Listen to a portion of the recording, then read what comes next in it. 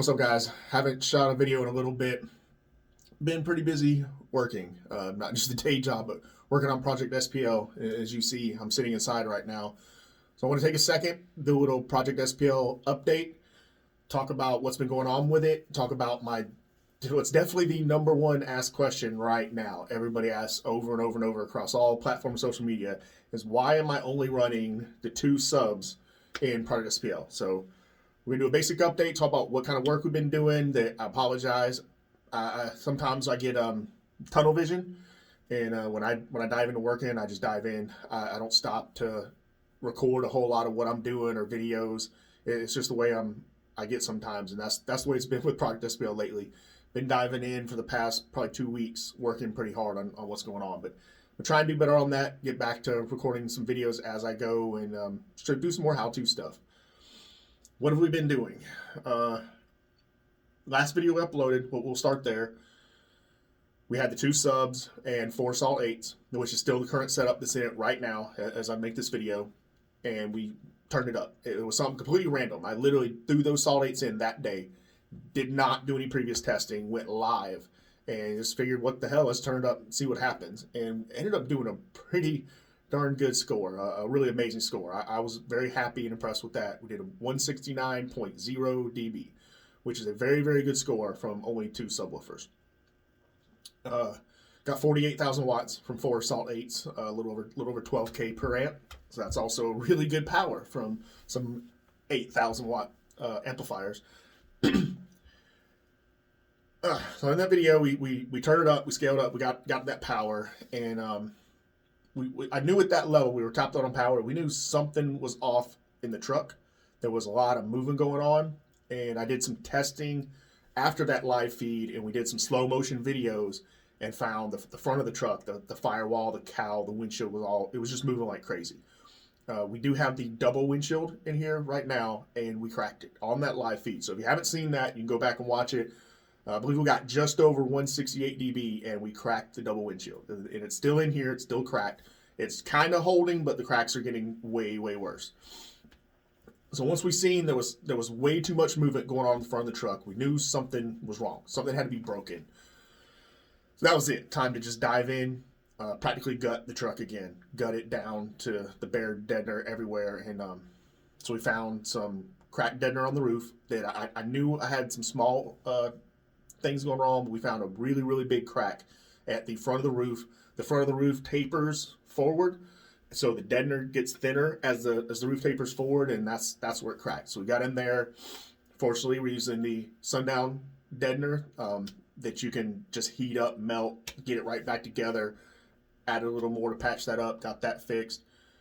Got to checking out the firewall and everything. Found out all of the brackets that hold the steering column in. There's 2 brackets right in there. It ripped them completely out. They were loose.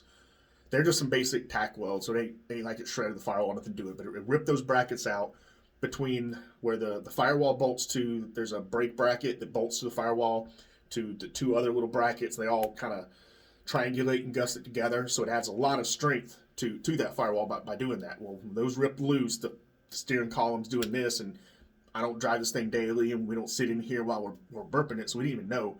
But as soon as I go to check things out, we're pulling things apart. I grab the steering wheel, and it's like doing this. Like, oh, there's one of our problems. So we got those brackets put back in and fixed. They're in pretty solid now. We also found, so there's a spot where the transmission tunnel meets the firewall. And anyway, there's a joint there, and I don't even know if it's welded together. It's gunked over, but anyway, that whole spot ripped, completely ripped the trans tunnel from the firewall, cracked all my deadener. There's a lot of sound deadener in this truck. It's built up pretty thick, but it cracked that area, ripped it apart, busted the deadener up. So we had to get in there, get all that repaired, get it fixed. This is a life of having a very, very loud SPL vehicle. Things break. A lot of things break all the time. They are non-stop maintenance. If you ever thought about building a top tier SPL vehicle, not only are there a lot of work to build, there are a lot of work to travel around, to tow around. but they're a lot of work to maintain because these things will happen and they'll happen regularly. And you get used to things as you're testing and doing, and you'll know when you go to a burp and it's like, and something just sounds funky, you know, something just broke. Dig in, find it.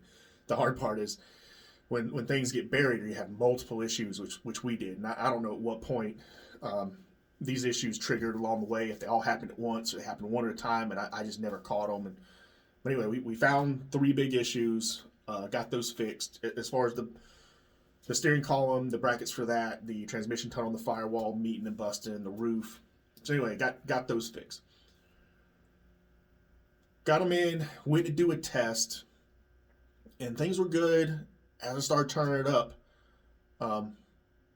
my brother, who's up here with me now, he noticed the windshield by itself. So we had the firewall and the cowl seemed sturdy, but the windshield just seemed like it was moving a little extra more than it should, especially being a double windshield. So sure enough, we get in here and we lean in. As soon as he leans in and pushes on it, the whole windshield moves. It had come loose. So the glue around the top, the sides, the urethane, so it's a really, really good windshield urethane. It held, but the bottom did not. It pulled slap loose. I'm like, man. So I got in, cut what I could out from the inside, went and got me just a little cheap, generic, all-purpose, basically just all-purpose silicone adhesive deal just to try. I was like, I ain't got nothing to lose. Try and get in there and squirt it in. Gave it about a week to dry. It's been 6 days. Gave it 6 days to dry and get that to hold, because here we popping off a 169 and the darn windshield's not even glued in all the way. So we got that fixed, and while waiting on it, I didn't want to sit idle. So another big thing I've been meaning to do was I got spacers on the front of the tubes, and I've just dealt with them and fought with them every time I put the subs in and out. But I wanted to swap speaker wire. And when I pulled the subs out, swap speaker wire, I was like, that's it. I'm tired of fighting these spacers. Let's get these things glued in, get them solid, get them sealed up. So we got those spacers glued in. They're in solid right now. And I've been running 8-gauge speaker wire. Previously, like with 4 subs setup, the most power I ever got up to, I had a SEV 7500 per coil, and the most I ever got to total with 8 amps was about 60,000 watts. So about 7,500 watts per coil going through 8-gauge wire. So you're looking at 85-ish amps of current through 8-gauge speaker wire, and you know, it's all right. It's not crazy. But when I went to now with 2 subs and the 2 solid 8s and doing 12,000 watts per coil, 48,000 watts total, I'm like, all right, so now we're about 110 amps per coil. A lot of guys have been telling me 4-gauge speaker wire is a gain. You got to get 4-gauge speaker wire. And I put it off and put it off. So finally, I got to wait on the windshield to dry. Let's jump in, pull the subs, glue the rings, swap to 4-gauge speaker wire. So we did that. Had to go buy a big, obnoxious drill bit to get to this back wall, because the back wall is really thick on here. Got everything swapped out to 4-gauge speaker wire, run direct. 1 amp, 1 salt 8 amplifier per coil, 4-gauge plugged right in. Got that swapped out. And that's probably about it right now as far as the big modifications we've done. I got it and cleaned the enclosure out today. Did some vacuuming in here. Got all that cleaned out. What's to come? So we'll talk about that next. Next steps. The entire tubes are coming all the way out. I want to do this as a play it safe thing. Tubes are coming out. I'm gonna do some more reinforcement work on the inside, just in case. They're not having any issues. They're not cracked, but I don't want to take any chances at the SPL level I'm at, because there's so much other things are getting damaged. I just want to be extra safe. I'm gonna do some more reinforcement work to the inside of the tubes, add some extra strength on them as a just in case. Then I'm gonna do some pretty work. Pretty up the inside of this enclosure. Something I don't know if it'll be an SPL game, maybe, but I'm probably gonna, because I'm lazy and I hate body work. I think I'm gonna take the tubes down to a local body shop where these are a little rough. I hand cut all the rings for it, so it's a little rough and uneven. I'm gonna take it down, let them sand them down, do some Bondo work, smooth them out, and I'm gonna get them real smooth and good looking, and possibly even do a vinyl wrap around them, just like I did on the outside of the truck. Exact color I'm not sure with. Figure out some little combo. But another idea that I want to do all the way back in the beginning, I just never got around to, was doing something with the inside of this enclosure. It's nice birch, but it's all raw wood. And so many other guys I've known for a long time, that compete, they're all about, like, you gotta slick up the inside of the enclosure. You gotta get it slick and smooth, and you gotta get in there and resin and sand and Bondo and get it all real nice and smooth. I mean, these guys are like getting in there and sanding and doing almost a mirror finish inside their enclosure. So I reckon while I got the tubes out, get them strengthened up, get them to a body shop, get them done. The inside enclosure it's mostly all pretty good with the wood. It's not roughed up or anything. I don't think I need to do a whole bunch of Bondo work. I believe I'm gonna get in here and slick it up. Should be able to handle that pretty easy. And I think I'm gonna get the enclosure slicked up, and I'm gonna do a vinyl wrap on the inside. Get in here, do a custom print. We got Kyle that does base head tees and everything. He does custom decals and things. I think I'm gonna get him to print me a big wrap, and I'm gonna get in here and lay the vinyl and do some cool stuff. So that's something I will definitely make sure and do a video on when we get in here and wrap the inside of the enclosure, just like we wrap the outside of the truck. But I'm gonna do a nice full color printed graphic. So what we've been modifying that I'm sorry we haven't videoed. What I plan on doing next, what's coming soon. So now let's talk about why we only have 2 subs in here, which actually is not some big crazy explanation. It's probably dumber than anybody can imagine. We've been doing a lot of prototype amplifier testing lately. That's what triggered it. I was a little, you can say, almost depressed of dealing with ProjectSPL. It didn't compete at all last year. Parked it. Mainly because of just what was going on in the world. I was really bummed about shows being canceled and things, but towards the end of the year, got hyped back up, so now show was a big success, and knew I was going to jump back into it this year. So we've got a lot of new models of amplifiers coming. We've been doing a lot of prototype testing. I do all that testing on the test bench. Been showing some things here on social media. If you don't follow us on, we got Sun Unofficial on Instagram. We've got us own Facebook page, my personal Facebook page I share things on. We've got, obviously, the YouTube channel. I throw some videos up here and there. We also have a TikTok now. You can find us Sundown Unofficial on TikTok. I post a lot of the short videos we do there. So we do a lot of the bench testing. There's some people that don't give as much, they just don't like the bench testing as much as in-vehicle testing. And I want to do that too. And that's a new series that's coming to the YouTube channel. I'm going to do a kind of a How Loud Will It Get series where I'm going to take different amplifiers and different model amplifiers we make and wire one amplifier at a time up here in ProjectSPL and show some of the SPL differences and the power that they can make when they're in a dedicated vehicle like this. So that's something I started doing. I drug ProjectSPL out of the warehouse, got it parked up here. We're actually right next to my office up here, so I could work on it easy. And I was doing some prototype amplifier testing. With 4 subs in here, the final impedance wasn't exactly where I wanted. 2 subs got the final impedance kind of where I wanted, and that's really how it started. Pulled 2 subs out, had 2 empty tubes. So if you follow me on social media, you probably saw a lot of those pictures when I just had 2 subs and 2 empty tubes sitting in here. But while doing some of that testing of the amplifiers and the impedance and the reactive loads and everything, I tested 2 subs. I tested 3 subs. And here I'll explain how this goes. And I'd have known this was going to happen. I would have totally made a video about it, but it's too late now. So I had 2 subs testing. Everything was working out good. I was like, well, I want to test 3 subs. Not so much for the SPL testing, but this is all just to test amplifiers, just to change the reactive load a little bit.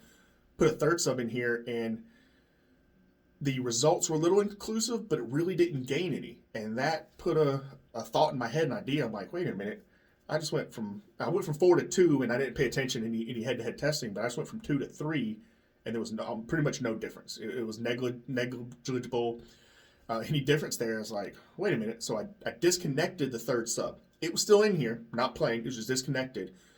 And having that 3rd sub in here disconnected, the truck lost 4 dB.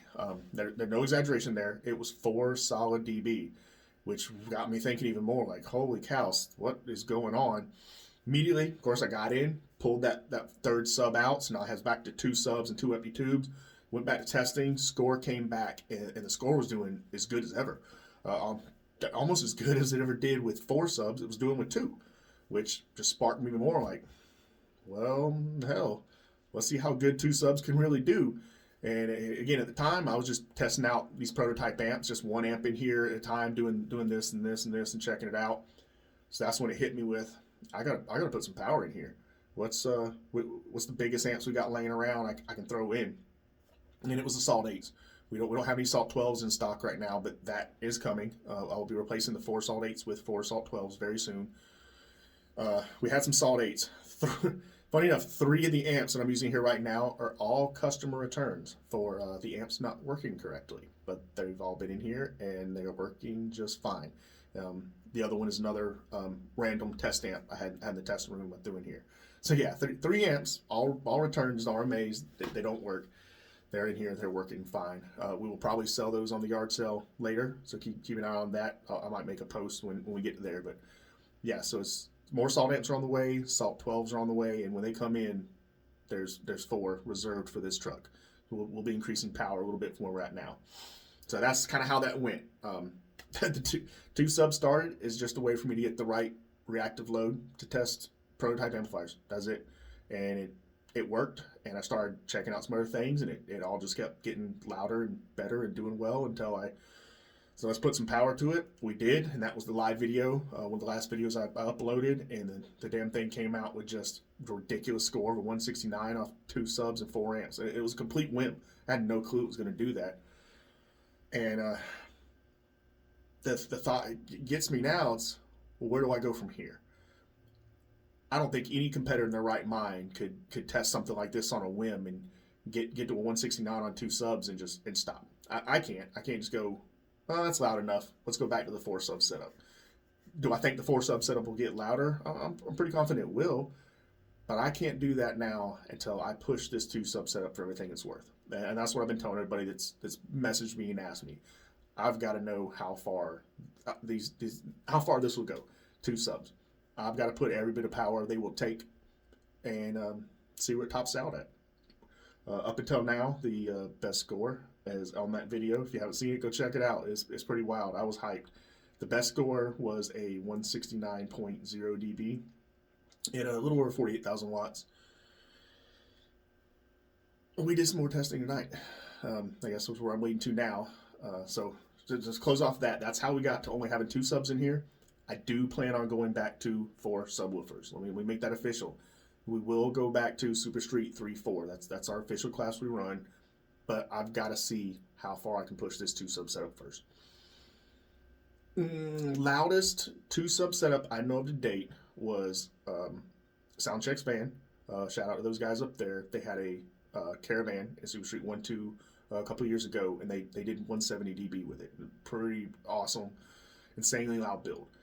It being an American vehicle made it that much better. I'm pretty sure this one already doing the 169, even though it's unofficial. I haven't done it at a show yet, but we'll be taking it to a show soon. I want to say that's probably about the 2nd loudest Super Street 1-2 vehicle in the U.S. that I'm aware of. Rules are different. We're allowed a little more things now, but obviously we got a double windshield and couldn't do that in the past. So comparing it to old scores is not really fair to anybody that competed in the class back in the day, but it's up there. Just know it's up there. It's a very competitive score, and doing 170s in this class is almost unheard of. I think there's 2 vehicles overseas doing it right now.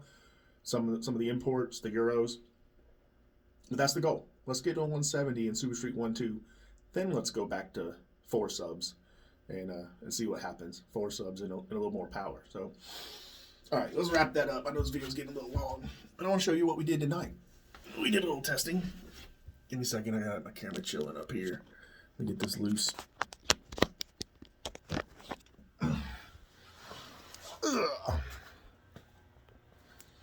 So yeah, we did some testing tonight and found some gains. I'm on my front screen, so it probably was going to look reversed, but in case you can't see that is 169.4 dB, a little over 50,000 watts from those Salt 8 amplifiers. So that's where we're at. Our new unofficial best score, 169.4 dB, 4-gauge wire there. ProjectSPL coming to a lane soon.